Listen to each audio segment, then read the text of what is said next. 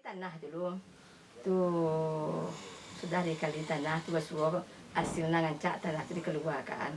Sudah dikeluarkan tuh diangkut ojek pulang. Tiba rumah seperti tuh dicak kaki, daging pasir. Sudah daging pasir lah masak mode itu baru dicetak. Sudah baru cetak tuh di jas balik lu supaya nak licin. Nah, itu sudah licin baru dijamu ke bawah, baru dibakar. Bakar sudah dijamu baru dilantaikan kayu. Nah, tuh sudah lantai kayu tuh disusun di atas kayu tuh. Sudah disusun kayu tuh baru dinyalakan api. Baru ditimbun di jarami.